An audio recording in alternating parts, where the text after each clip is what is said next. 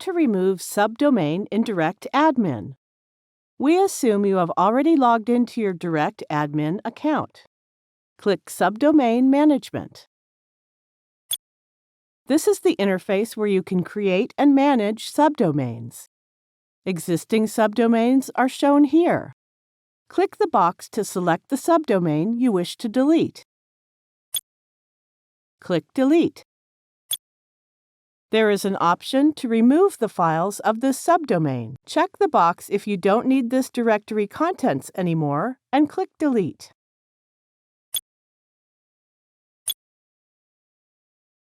That's it. We have removed the selected subdomain. Notice that it has been disappeared from the list of subdomains. Thank you for watching.